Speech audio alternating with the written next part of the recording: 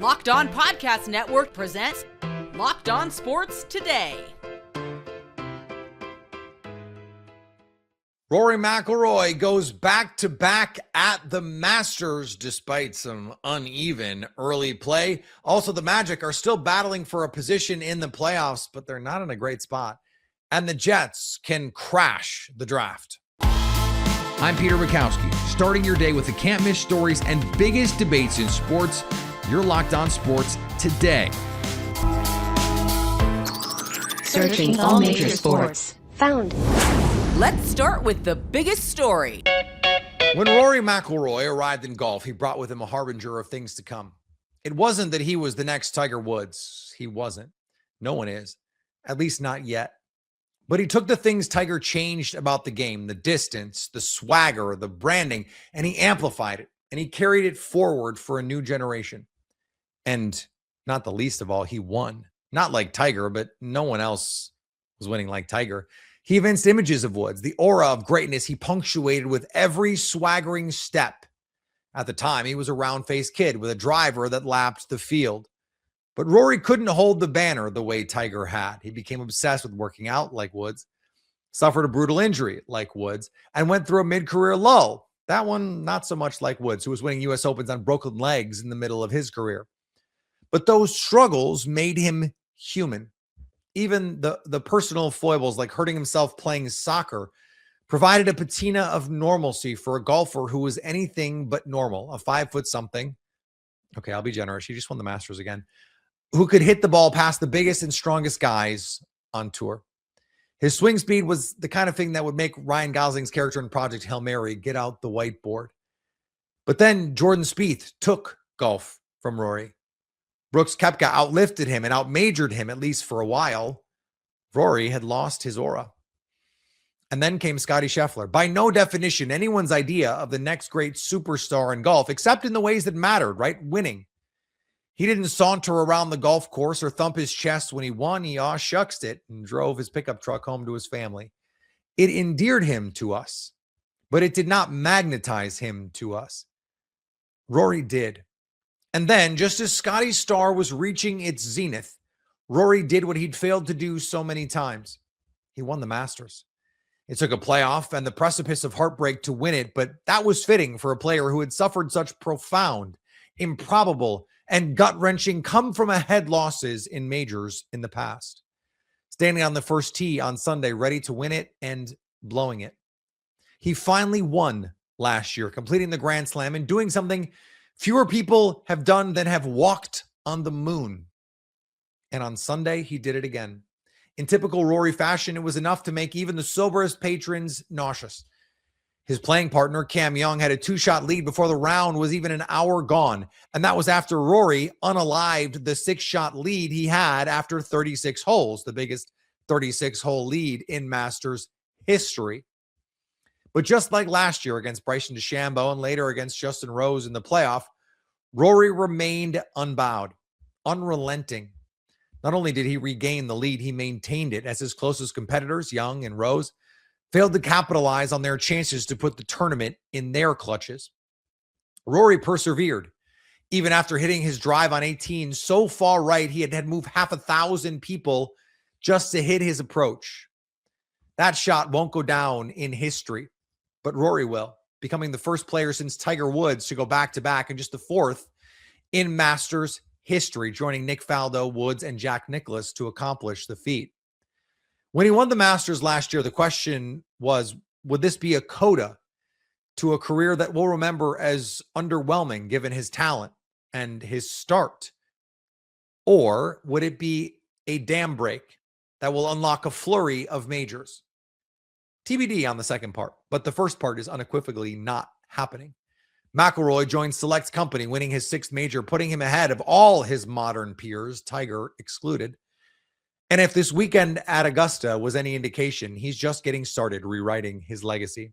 With a second green jacket to add to his ledger, time to start getting to work on the wine list for next year's Champions Dinner.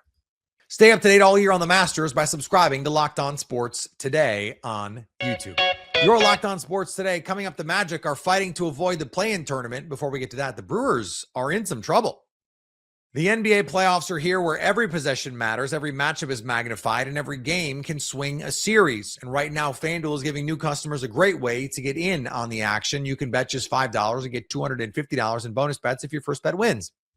The app makes it easy to follow the action with player stats, trends, and matchups all in one place. And during the playoffs, that extra insight really matters when you're looking at stars, role players, and key moments. It just makes the entire playoff experience more engaging from start to finish. Head to FanDuel.com to get started. FanDuel, play your game. The Milwaukee Brewers took their 5th straight loss on Sunday, but more importantly, lost Christian Yelich to a potentially bad injury. He's the beginning of it, right? You have errors all over the field. I mean, Garrett Mitchell has an error, misplays the ball off the wall, and it allows a run to score later on in the game for Washington. And that's one other, poor at-bats. Like just really, really bad at-bats from the Milwaukee Brewers. Non-competitive at-bats. We talked about it last night. Guys in scoring position with no outs last night, and within 4 pitches, the Brewers, allow Washington off the hook in that game. And mental errors, right? The mistakes, being, again, just sloppy stuff on the field, at the plate. Everything's kind of just fallen apart for the Brewers. We talked about the manager miscues from Pat Murphy. Everything has sort of kind of gone and fallen apart for the Brewers over this little bit of stretch. Well, we'll see if they can get things turned around. Thankfully, if there's been an off day that the Brewers have desperately needed, it is tomorrow. And speaking of a tough go of it for Milwaukee sports, the Bucks are reportedly parting ways with head coach Doc Rivers after a brutal end to the season without Giannis Antetokounmpo, and questions about Giannis's future still looming over the entire organization. Could a coaching search and a coaching hire help keep Giannis in the building? Locked on Bucks will have the latest for you on all of that. I'm so glad we stayed on the show. We have breaking news. Breaking news courtesy of ESPN Shams Charania. Doc Rivers is departing as head coach of the Milwaukee Bucks. Yeah. Sources tell ESPN after a 32-50 season, the Bucks will embark on their 3rd coaching search in the last 3 years. Your reaction to that? Yeah, no, I knew that was coming. Like that, even though we already kind of alluded to it a little bit. I mean, that was done. Like that. Like I love how it's breaking news. I will say this: like as much as everyone says that ESPN is after the Bucks, and they don't like. They waited. Like they gave Doc. They finished the season out. Now they waited 20 minutes till after the season was over with to break it. But this has been known for a long time, a long time. I'm just shocked that I shouldn't say shocked. That's probably the wrong term. But Doc Rivers says all these things about I'm not ready to retire. I'm not ready to do this or that. And then 10 seconds after the game ends, he's like, I'm out, by the way. I'm stepping down. But this isn't. No. Let's clarify this. Breaking news is departing as head coach. Fair. Doc ain't giving any of that money back.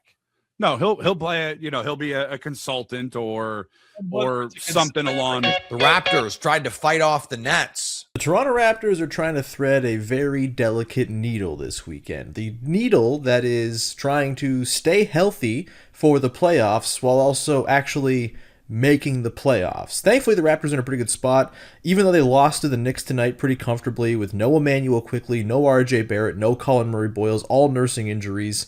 They do play the Brooklyn Nets on Sunday, who are a team that is not really playing any NBA players and is not interested in winning any NBA games. And so the Raptors took a bit of a gamble tonight, resting some guys. They're all hurt. They're not like tanking the loss or anything like that. This is a very real set of injuries the Raptors are dealing with. Emmanuel Quickley has plantar fasciitis. Colin Murray-Boyles has been dealing with all kinds of stuff, and RJ Barrett's had a knee thing that's kind of been a recurring thing throughout the season. And so with the Knicks being very good and that being a tough road to hoe, even with a healthy roster, the Raptors took those guys out tonight, and they got summarily punked by the New York Knicks, as you'd expect, shorthanded.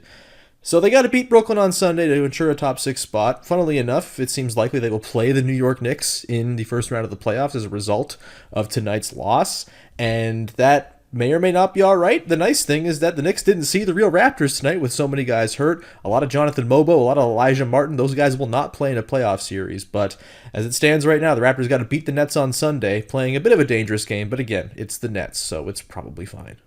The Magic could still fight their way out of the play-in game, and a matchup with the Celtics last night proved to be crucial.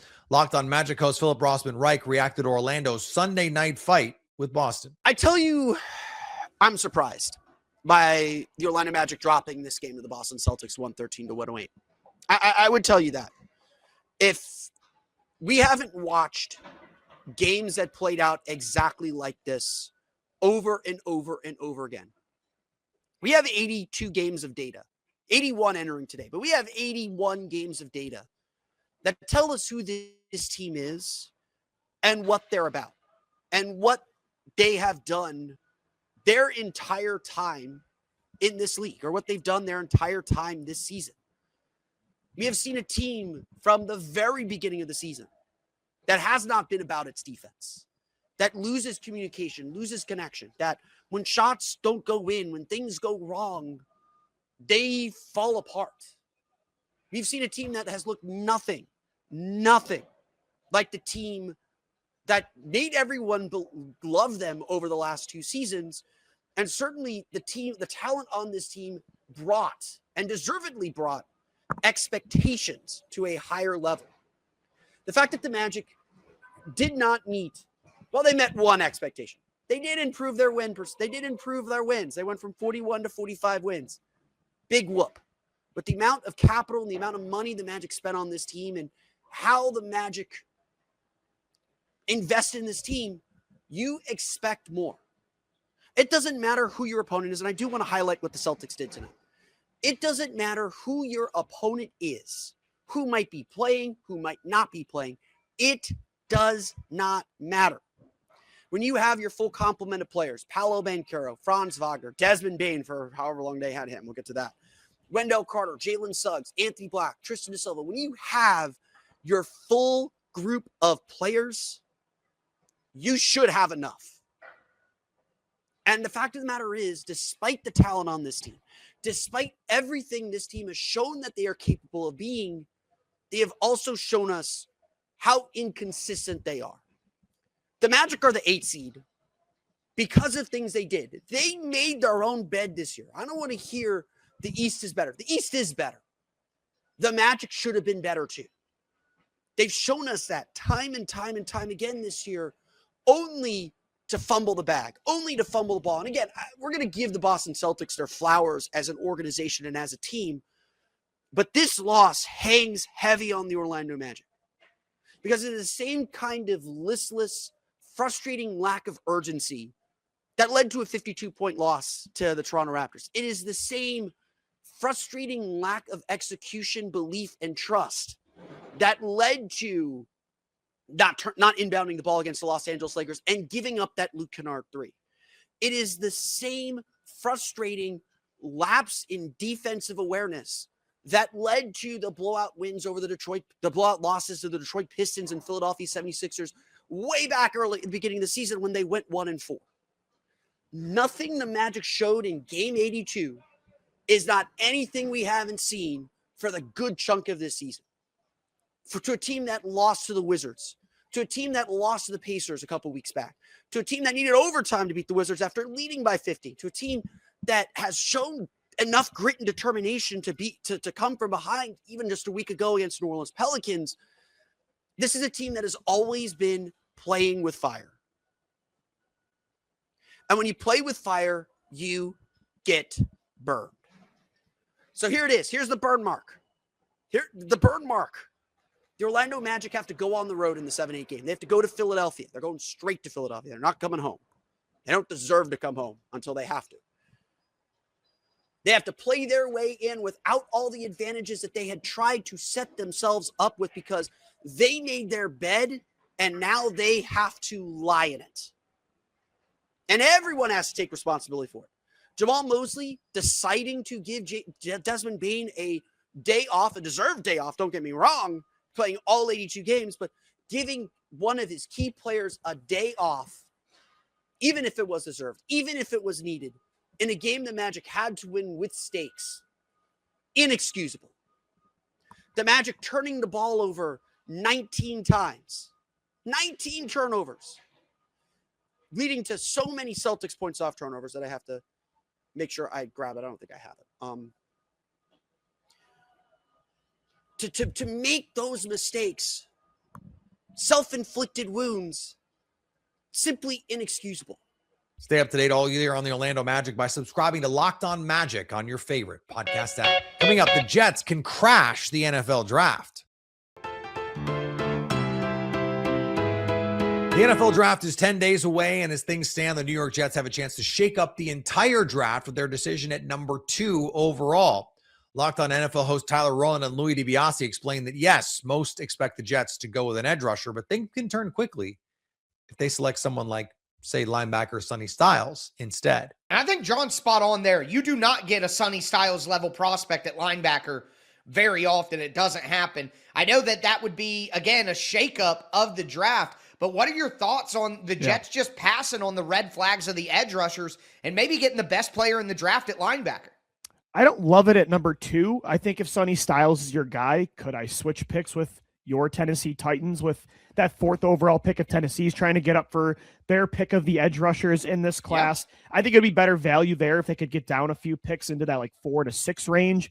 But if they don't want to risk losing that guy and he is your blue chip prospect, I would understand more now than I would have maybe like 3 or 4 years ago, right? I think the way the NFL is kind of changing, and you look at the Swiss Army knives on defense that you want to counteract these mobile quarterbacks, and the way these kind of guys can just make up so much ground when you're playing cover 2 and there's a lot of space on that, second level of the field, I would understand it. I think it's a little bit too rich for my blood at number 2, but the player in a vacuum, I think, would help a lot of needs for the Jets. Like Sonny Styles can wear so many hats, and I personally love that kind of Swiss Army knife on defense. Mm-hmm. I think, again, kind of like the edge rusher talk with Bain and with Bailey and Reese, it's just that number 2 pick. You want to maximize value there, and I'm not sure if that's the pick. Louis, if the conversation, if you're honest, I mean, Sonny Styles has more efficient pass rushing numbers than even Arvell Reese does. So would it be an absolute shock for there are teams probably out there who say, I like Sonny Styles better than Arvell Reese, and I think that Sonny Styles does better than what Arvell Reese does at the things people say Arvell Reese is going to do. Like, why would I not take the better linebacker, the better edge rusher, the cleaner prospect, the freak athlete? I would not be shocked to see it go David Bailey at 2 to the Jets, and then Sonny Styles at 3 to the Cardinals, and then Arvell Reese falls. Like, I would not be 100% shocked by that. So if the Jets, if that's the case, if I feel like that, and the Jets just said, hey, we're taking Sonny Styles at 2, I guess I can't, because the non-premium position conversation, I think a lot of us are people in the top 5, like the Giants, like the Titans that I cover, are having that conversation of, do we really reach on an edge rusher with 30-inch arms, or a tweener guy who we don't know if he can be an edge, or a guy who stomped on a guy's face and pushed a photographer and, doesn't play against the run? Or do we take like the elite linebacker, or the elite running back, the elite safety prospect? That's the conversation. And finally, the NFL was basically caught, just not guilty. An appeals panel upheld a ruling that there wasn't enough evidence to prove teams actually colluded on quarterback contracts after Deshaun Watson's fully guaranteed deal, even while acknowledging the league did invite teams to do it and called that effort improper. So the idea of collusion, problematic. Actually proving it happened, apparently pretty close to impossible. The result is what you'd expect. Kyler Murray, Lamar Jackson, Russell Wilson never got fully guaranteed deals, and nothing changes moving forward. Just another classic case of, we didn't do it, even if it, looks like they did. Coming up, the draft talk is starting to ramp up with the NFL draft less than 10 days away. So at least until tomorrow, stay locked on sports today. Locked On Podcast Network presents Locked On Sports Today.